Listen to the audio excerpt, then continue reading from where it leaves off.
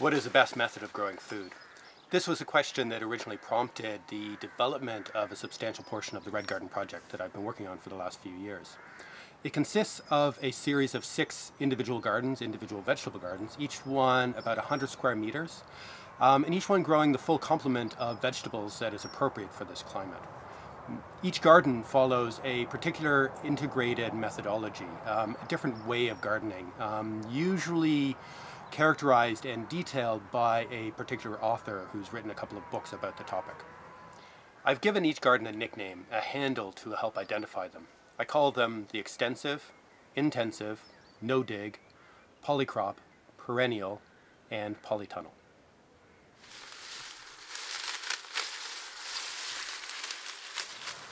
The main focus of the extensive garden is to produce really good quality vegetables with the highest nutritional density. But this is balanced with using techniques that save time, are easier, and increase the resilience of the plants. This method was developed by Steve Solomon, who wrote about it in a couple of books, including Gardening When It Counts and The Intelligent Gardener. To achieve this, Steve Solomon recommends a careful mineral balancing of the soil using soil tests, then providing enough compost to feed the soil, but in order to feed the plants, he recommends using a complete organic fertilizer, or what he calls a COF.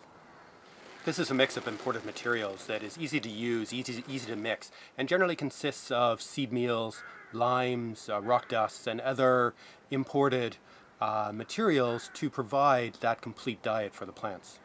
This garden looks a lot like a traditional allotment, with straight, long, easy to manage rows of vegetables. There is quite a bit of space between each plant, allowing them to become larger and reduces the risk of moisture and nutrient stress by allowing each plant to colonize a larger portion of the soil with its roots. Wherever possible, the seeds are sown directly into the garden, avoiding the use of transplants and enabling the plants to establish a strong root system very quickly, which would not be possible through the use of transplants. Prioritizing quality over quantity is an interesting approach, but essentially I think this garden would be more appropriate for people who have lots of space and perhaps less time.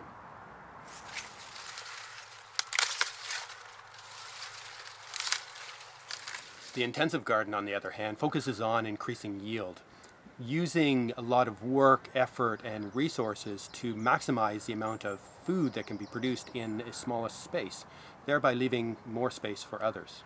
This bio-intensive method of growing was developed by John Jevings in his book How to Grow More Vegetables and has become quite popular throughout the world.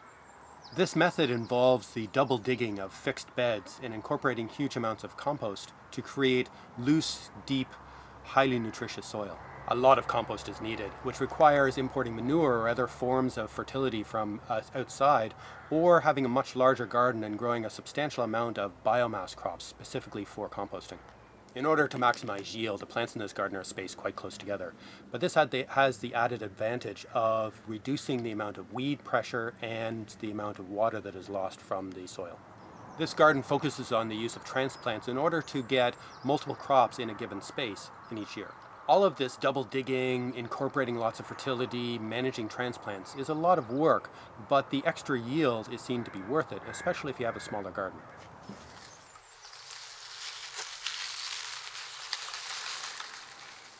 The main focus of the no-dig garden is to improve soil biology by mimicking certain aspects of natural ecosystems and reducing the damage caused by cultivation.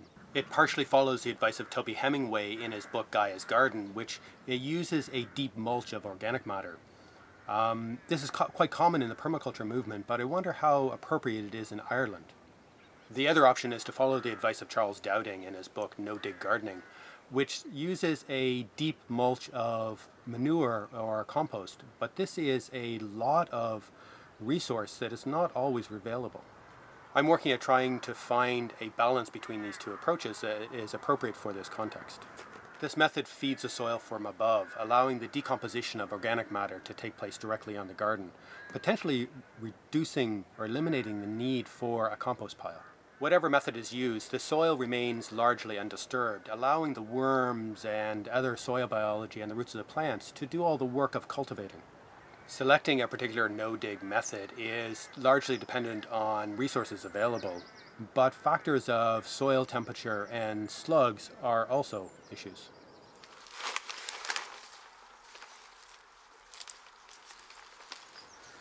The main aspect of the polycrop garden is growing multiple crops in the same space, mimicking certain aspects of natural ecosystems and avoiding monocropping.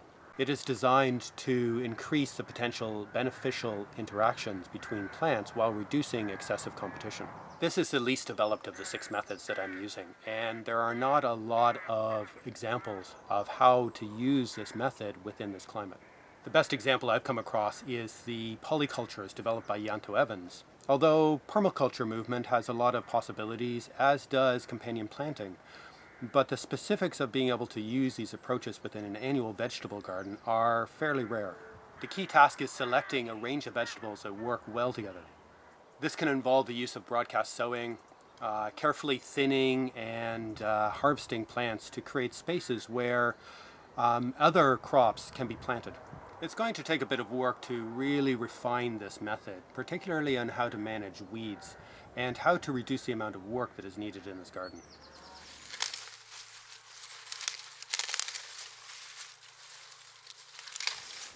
I've only just started the work of developing the Perennial garden, which has a permanent planting of fruit and vegetables, with annual vegetables being sown into the mix. It has a fair amount in common with the polycrop garden, and although there's a lot of knowledge about how to grow the individual species, integrated examples of using this method in this climate are relatively rare. One interesting aspect of this garden is that I'm using hugelkultur, which is essentially the burying of large pieces of wood in the soil in order to establish a more fungal-based soil ecosystem. Unfortunately, there are not a lot of perennial vegetables that are appropriate for this climate. And this garden is going to take a longer time to become really productive. And it's going to take a while to really be able to evolve and modify this methodology.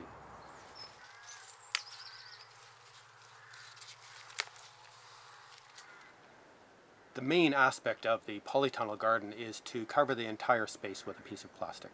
This creates a more beneficial microclimate, increasing the amount of heat and reducing the wind. Many people have been using polytunnels, but I've been following the work of Elliot Coleman in his book, The 4-Season Harvest, which focuses on getting a substantial harvest out of the garden all year round.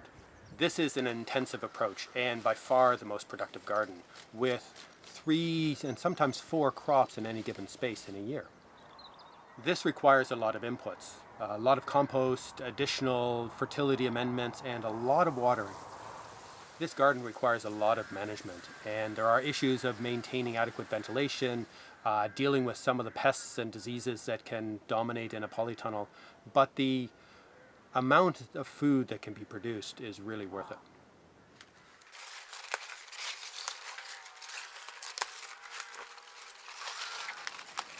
Beyond the work that it takes to establish and maintain these gardens, the main task really involves me skilling up to develop the knowledge and abilities to properly and adequately manage each of these gardens, each of these different methodologies, and to adapt them to this context, to this environment, to get them to the point where they can be adequately compared, so that I can begin to answer the question, what is the best method of growing food?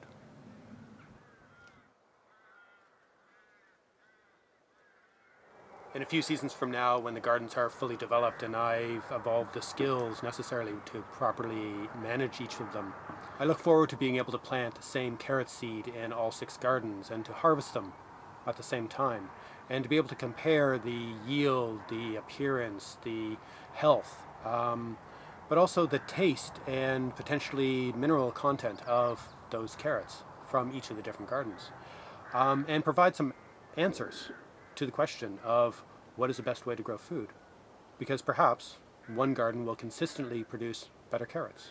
I look forward to figuring out a lot of answers, but no doubt I'll come up with a lot of questions too. I think it's going to be a really interesting journey over the next couple of years. I do hope you continue to follow the progress on YouTube. But for now, thanks for watching.